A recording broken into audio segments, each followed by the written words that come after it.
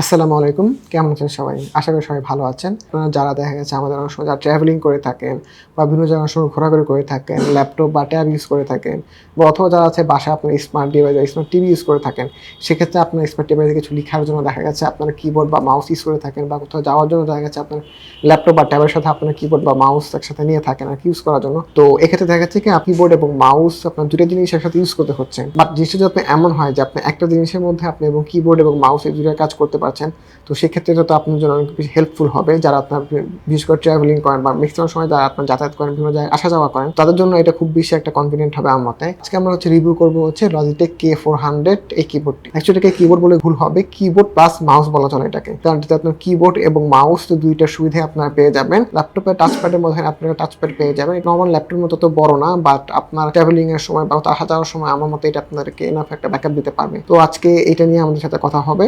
আর বরাবর মতোই আমাদের এই প্রোডাক্টটি প্রোভাইড করেছে ওনিস কম্পিউটার সিস্টেমে আইডি এবং তাদের শপ রয়েছে। তাদের কাছে কম্পিউটার এবং আইটি রিলেটেড যে কোনো প্রোডাক্ট পেয়ে যাবেন। তাদের ফেসবুক এবং ওয়েবসাইট লিঙ্ক আমাদের ভিডিও দেওয়া থাকবে, আপনারা চেক করতে পারেন। আর এখনও যারা আমাদের চ্যানেলটি সাবস্ক্রাইব করেন এবং চ্যানেলটি সাবস্ক্রাইব করুন। তো আমরা ফিরে আসছি ইন্ট্রোর পরে।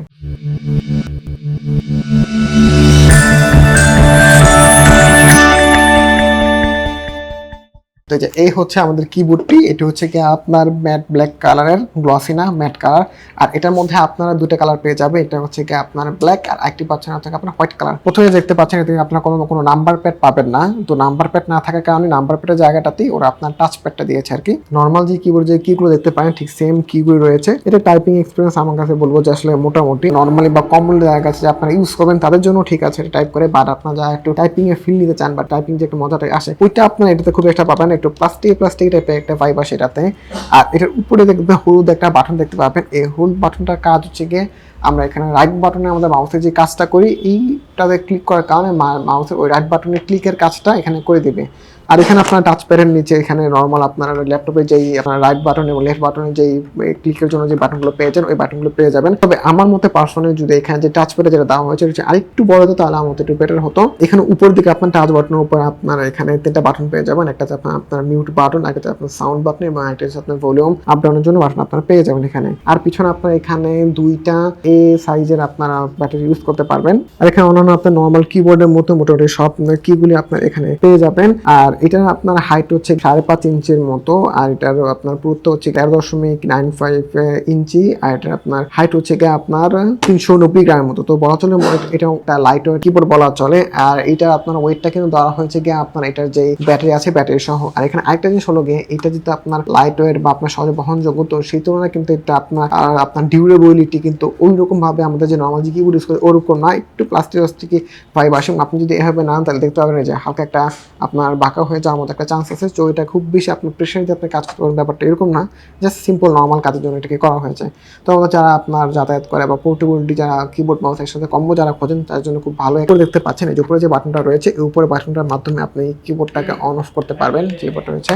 আর এখানে আপনি যে টাচপ্যাড যেটা রয়েছে টাচপ্যাডটা হচ্ছে আপনার 2.99 ইঞ্চি, হাইটটা হচ্ছে আপনার 1.85 ইঞ্চি। আর এটাতে আপনারা 2.4 গিগাহার্টজ আপনার সর্বোচ্চ 10 মিটার পর্যন্ত ইউজ করতে পারেন বা 33 ফিট পর্যন্ত। আমার সাজেশন হবে এটা আপনার 10 মিটার পর্যন্ত ইউজ না করে তার কাছে যদি ইউজ করতে পারেন তাহলে সেটা বেটার হয় আর কি। ব্যাটারি লাইফ তারা ধরেছে আপনার 18 মাসের মতো, বাট আমার কাছে মনে হয় আপনার 18 মাসটা পাবে। আর এটা টোটালি আপনার ডিপেন্ড করছে এটা আপনার কি সময়ের জন্য কত সময়ের জন্য আপনি ইউজ করছেন তার উপর নির্ভর করবে এই ব্যাটারি লাইফটা। আচ্ছা, আর এই কিবোর্ডটি আপনার বর্তমানে আপনার প্রাইস হচ্ছে গিয়ে 4500 টাকা। আচ্ছা, এখানে প্রাইস নিয়ে আমার একটু কথা আছে যে 4500 টাকা আপনি যে এই যে কিবোর্ডটি পাচ্ছেন এটা কম্প্যাক্ট আপনার কি বলে পোর্টেবিলিটির দিক থেকে খুবই ভালো, এটা আমি অবশ্যই আপনাদেরকে বলতে চাই। আর একটা ব্যাপার হলো এটা যে প্রাইস 4500 টাকায়, তো ওই প্রাইস রেঞ্জে আমার কাছে এটাকে আপ টু দ্য মার্ক মনে হয়নি। আমি কেন বলেছি এই কথাটা বলছি, কারণ এটা যে আপনার ডিউরেবিলিটি দেখতে পাচ্ছেন, ডিউরেবিলিটি খুব বেশি ভালো না। আর আপনি যখন এটার কিবোর্ডগুলো যখন ইউজ করবেন এটা কিন্তু আপনি পোর্টেবিলিটির জন্য সবচেয়ে বেশি পরিমাণ ইউজ করবেন। তো পোর্টেবিলিটির জন্য দেখা গেছে যে আপনি কোথাও আপনার জার্নিতে গেলেন বা কোথাও আসা যাওয়া করলেন বা বাসে লঞ্চ ট্রেনে বা যেখানেই গেলেন আর কি, তো ওইখানে দেখা যাচ্ছে ব্যাগে বা বিভিন্ন জায়গায় এটা তো থাকবে। হয়তো অনেক সময় হতে পারে এটা আপনি সেফলি হয়তো নাও রাখতে পারেন। তো সেক্ষেত্রে দেখা যাচ্ছে যেটা পোর্টেবল, তো সেই ক্ষেত্রে এটা আপনার কোথাও পড়ে যাওয়ার, বাড়ি খাওয়ার বা একটু বাঁকা হওয়ার সম্ভাবনা থাকতেই পারে। তো সেই ক্ষেত্রে দেখা গেছে এটা যে একটু সফট টাইপের, তো সেক্ষেত্রে ভেঙে যাওয়ার সম্ভাবনাটা একটু বেশি থাকে। তো এই ক্ষেত্রে তারা যদি এটার কোয়ালিটিটা একটু বেশি বেটার করতো তাহলে আমার মতে মনে হয় বেটার হতো আর কি। আর এখানে জেনারেলি কি ক্যাপসগুলো যেগুলো ইউজ করেছে, কি ক্যাপসগুলো আমার কাছে টাইপ করে তেমন একটা খুব বেশি একটা ভালো লাগেনি। তো এখানে কি ক্যাপসগুলোতে একটু কাজ করতে পারতো। আর এখানে যেই কি ক্যাপের উপরে যে তারা যে আপনার যে সংখ্যাগুলি দিয়েছে, এই যে ওয়ার্ডগুলো দিয়েছে, ওই ওয়ার্ডগুলোতে আপনার দেখতে পারবেন বেশি কিছু ইউজ করার পরে এটা একটু উঠে যাওয়ার একটা চান্স থাকে। তো এখানে যদি ওরা এভাবে যে এভাবে যদি উপর দিয়ে বসিয়ে না দিয়ে যদি এই কিগুলোর মধ্যে যদি আপনার এখানে এমবেডেড করে দিতে পারতো, তারা জিনিসটা আরো বেশি বেটার হতো, যে লং টার্ম ইউজের ফলেও দেখা গেছে এই কিগুলো আপনার মুছে যাওয়ার এটা চান্সটা কম থাকতো।